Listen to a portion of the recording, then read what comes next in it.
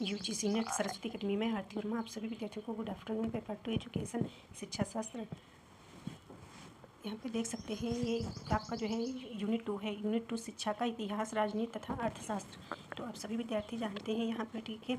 और इसके बाद आप देख सकते हैं यानी कि शिक्षा का इतिहास, राजनीति तथा अर्थशास्त्र में जो है आपके कितने 4 पार्ट हैं, मतलब आप अध्याय बोल सकते हैं, ठीक है। ये जो है आपके 4 अध्याय या पार्ट आप कह सकते हैं। ABCD ए पार्ट हमने पढ़ाया है और इसके बाद जो है हमने पढ़ाया बी समथिंग नहीं पढ़ाया, भी फिर सी पढ़ाया। सी आज हम पढ़ाने वाले हैं। जो यहाँ पे आप देख सकते हैं सभी विद्यार्थी, यूनिट 2 पार्ट सी। और शिक्षा में अर्थशास्त्र की संकल्पना। तो अर्थशास्त्र आप सभी विद्यार्थी जानते हैं, ठीक है। तो अर्थशास्त्र की संकल्पना के अंतर्गत आपको पढ़ना है, ठीक है। तो ये जो है यहाँ पे स्टार्ट करती हूँ, देख लीजिए। शिक्षा अर्थशास्त्र का एक सामाजिक विज्ञान है। शिक्षा अर्थशास्त्र का एक सामाजिक विज्ञान है। यह एक समय में शिक्षा और आर्थिक सिद्धांतों के बीच संबंधों की व्याख्या करता है। आधुनिक समय में शिक्षा के द्वारा समाज विकास किस प्रकार हो सकता है, मतलब बताया गया है आधुनिक समय में शिक्षा के द्वारा समाज विकास किस प्रकार हो सकता है। और शिक्षा अर्थशास्त्र आर्थिक दृष्टि से विचार करता है, मतलब शिक्षा अर्थशास्त्र जो है आर्थिक दृष्टि से जो है विचार करता है।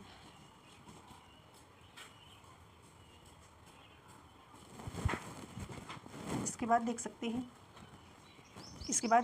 यहाँ पे देख सकते हैं अर्थशास्त्र को जो है आपको जानना जरूरी है। जिसे आप पढ़ रहे हैं कि जो है शिक्षा का अर्थशास्त्र की संकल्पना। तो अर्थशास्त्र आप सभी विद्यार्थी जान लीजिए क्या होता है। तो यहाँ पे देख सकते हैं अर्थशास्त्र सामाजिक विज्ञान की वह शाखा है जिसके अंतर्गत वस्तुओं और सेवाओं की उत्पादन, वितरण, विनिमय और उपभोग का अध्ययन किया जाता है। तो यहाँ पे आप सभी विद्यार्थी जानते हैं कि जो है अर्थशास्त्र सामाजिक विज्ञान की वह शाखा है जिसके अंतर्गत वस्तुओं और सेवाओं के उत्पादन, वितरण, विनिमय और उपभोग का अध्ययन किया जाता है। और इसके बाद आप जान सकते हैं कि जैसे ये वस्तुओं, ठीक है। तो वस्तुओं क्या हो गया, वस्तुओं मतलब जैसे कि आपने बाज़ार से कोई सामान खरीदा, पैसे दिए और आपने सामान ले लिया, ठीक है। इसके बाद आप देख सकते हैं सेवाओं। तो सेवाओं का मतलब हो गया जैसे आपने जो है पैसा दिया, उसके बदले सामान नहीं खरीदा, आप जो है सेवाओं का उपयोग किया, ठीक है। जैसे यहाँ जान सकते हैं जैसे आप बाज़ार जैसे गए तो आप कोई साधन से गए, ठीक। जैसे साधन से गए, ऑटो गए या बस से गए या कहीं दूर गए, तो जैसे आप पेपर देने गए तो ट्रेन से गए या किसी भी साधन से गए, तो आपने पैसा दिया और जो है आपने सेवाएं ली, ये हो गया। और वितरण मतलब वितरण करना, ठीक है। जो आपने जो है उत्पादन किया उसका जो है वितरण करना। और उपभोग मतलब आवश्यकता, मतलब उपयोग। उत्पादन मतलब जो आपने जो है किसी चीज़ का जो है उत्पादन किया, सृजन किया, उसका निर्माण किया, कोई चीज़ है पहले से उसका जो है उपयोग किया गया, मतलब उत्पादन किया, ये हो गया। इसके बाद यहाँ पे आप देख सकते हैं जैसे आपने कोई उत्पादन किया जैसे, तो उसको बाज़ार में बेचते हैं। इसके बाद यहाँ पे देख सकते हैं अर्थशास्त्र शब्द ग्रीक भाषा के शब्द आइकोनोमिया से बना है। इसका अर्थ होता है पारिवारिक व्यवस्थापन। एडम स्मिथ को अर्थशास्त्र का जनक कहा जाता है। ये आप जो है नोट कर लीजिएगा सभी विद्यार्थी। एडम स्मिथ ने जो है सन 1776 में अपनी प्रसिद्ध पुस्तक जो है राष्ट्र की संपत्ति वेल्थ ऑफ नेशन लिखी है। ये एक पुस्तक लिखी है अर्थशास्त्र, मतलब एडम स्मिथ ने। इसके बाद देख सकते हैं अर्थशास्त्र संपत्ति का शास्त्र है। ये जो अर्थशास्त्र है ये संपत्ति का शास्त्र है। इन्हें आधुनिक अर्थशास्त्र का जनक माना जाता है। एडम स्मिथ अर्थशास्त्र धन का विज्ञान है। एडम स्मिथ के अनुसार जो है ये जो अर्थशास्त्र है ये धन का विज्ञान है। नोट कर लीजिएगा इसको आप सभी विद्यार्थी। शिक्षा अर्थशास्त्र का परिचय देख लीजिए। इकोनॉमिक्स। शिक्षा अर्थशास्त्र अध्ययन विश्लेषण की प्रक्रिया द्वारा शिक्षा पर आर्थिक संसाधनों के सूक्ष्म प्रभाव का भी वर्णन करता है। प्रत्येक देश उच्च तकनीकी के द्वारा श्रम उत्पादकता के क्षेत्र में कुशलता प्राप्त करना चाहता है।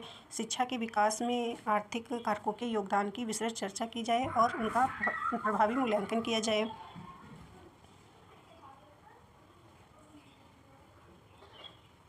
शिक्षा जो है अर्थशास्त्र यह कार्य करने में महत्वपूर्ण भूमिका निभाता है।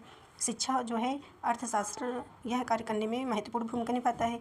पश्चिमी विद्वान डेविड रिकार्डो ने शिक्षा के क्षेत्र में निवेश और वित्त पोषण का मूल विचार प्रस्तुत किया है। सोवियत संघ में सर्वप्रथम शिक्षा अर्थशास्त्र को एक अलग विषय के रूप में मान्यता दी गई है। प्रसिद्ध शिक्षा शास्त्री अमेरिकी विद्वान शुल्ज ने भी अपने मानव पूंजी सिद्धांत के अंतर्गत शिक्षा अर्थशास्त्र को एक अलग विषय के रूप में स्वीकार किया है। शुल्ज के अनुसार जो है ये आपके जो है ग्रंथ हो गया मानव पूंजी सिद्धांत। अब आप देख सकते हैं यहाँ पे शिक्षा में लागत लाभ विश्लेषण। और आपको एक जो है टॉपिक और इसमें देखना है। शिक्षा यहाँ पे देखिए शिक्षा में लागत लाभ विश्लेषण क्या है। और एक है शिक्षा में लागत प्रभाव विश्लेषण, क्या है प्रभावी विश्लेषण, ठीक है। तो यहाँ पे आप देख सकते हैं शिक्षा में लागत लाभ विश्लेषण उपयोगितावादी दृष्टिकोण पर आधारित एक ऐसी संकल्पना है जिसके अंतर्गत शिक्षा में लागत और उसके मूल्यांकन पर पर्याप्त ध्यान नहीं दिया जाता है, बल्कि उसके परिणाम पर अधिक जो है ध्यान केंद्रित किया जाता है। यह पद्धति सामाजिक लाभ को उद्देश्य के रूप में स्वीकार करती है।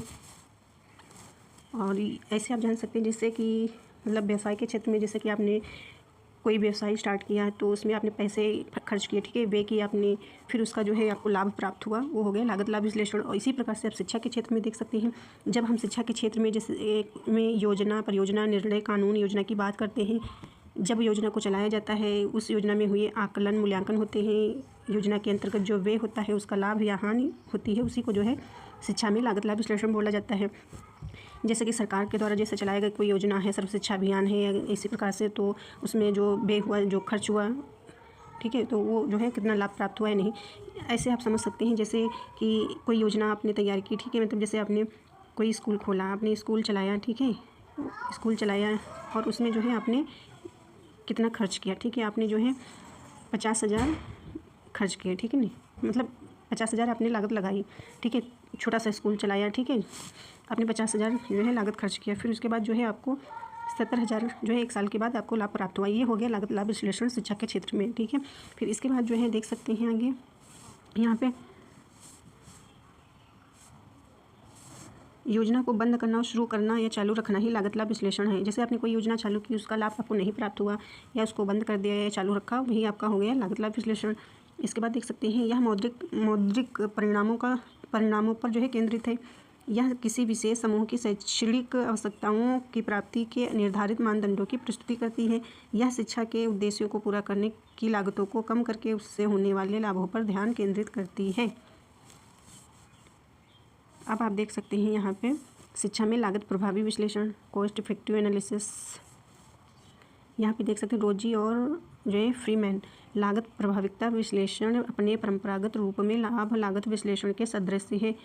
सिर्फ इसके की मुद्राकरण केवल लागत लाभ के लिए आवश्यक है, जबकि लाभ प्रत्यक्ष परिणाम इकाइयों में व्यक्त किए जाते हैं। सरकार द्वारा कोई परियोजना चलाई गई, उसका लाभ जनता को मिल रहा है कि नहीं मिल रहा है, जैसे उसका लाभ मिल रहा है तो ये हो गया आपका लागत लाभ विश्लेषण। तो शिक्षा के क्षेत्र में इसी प्रकार से जान सकते हैं कि शिक्षा के क्षेत्र में विद्यार्थी ने कितना सीखा, जैसे कोई योजना चलाई गई उसमें जैसे ये कितना सीखा, ज्ञान में वृद्धि कितनी हुई, जैसे शिक्षा के क्षेत्र में जो व्यय हुआ उससे विद्यार्थी को क्या लाभ हुआ, क्या ज्ञान में वृद्धि हुई कि नहीं हुई, ये जो है लागत प्रभावी विश्लेषण होता है। जैसे आपने स्कूल खोला, ठीक है, अभी बताएं हमने इसके पहले स्कूल जैसे खोला तो उसमें आपने 50,000 रुपये लगाए थे, तो आपको लाभ हुआ जैसे 70,000 का, ठीक है, बाद में जैसे 50 से 70,000 आपको बेनिफिट हुआ, लाभ हुआ, वो आता है लागत लाभ विश्लेषण के अंतर्गत। और इसमें लागत प्रभावी विश्लेषण के अंतर्गत जो है आप उसमें जो है विद्यार्थी कितना सीखें उस पर महत्व दिया जाता है कि विद्यार्थी कितना गहन अध्ययन प्राप्त किया है और कितना जो है उसके जो है शिक्षा में वृद्धि हुई, ये सब देखा जाता है। और इसमें पॉइंट ही आप देख लीजिएगा, इंपॉर्टेंट पॉइंट हैं। और आप सभी विद्यार्थी ऐसे रिवीजन करते रहें, पढ़ाई करते रहें अच्छे से। Thank you.